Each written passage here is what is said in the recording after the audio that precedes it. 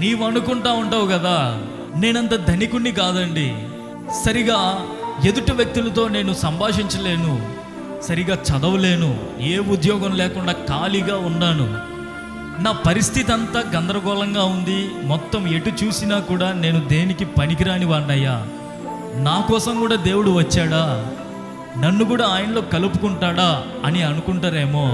ఆయన నీకు తోడుగా ఉండేదానికి వచ్చాడు, నీకు తోడుగా ఉండేదానికి వచ్చాడు. ఆయన నిన్ను ఆ పాపములో నుంచి విడిపించడానికి వచ్చాడు. ఆయన నీవు కృంగుదలలో ఉన్నప్పుడు నిన్ను లేవనెత్తడానికి వచ్చాడు. ఆయన నీ యొక్క మనోవేదనను అంతటిని తొలగించి నీ ముఖము నిండా చిరునవ్వును చిగురింప చేయాలని వచ్చాడు ఆ ఇమ్మానుయేలు దేవుడు.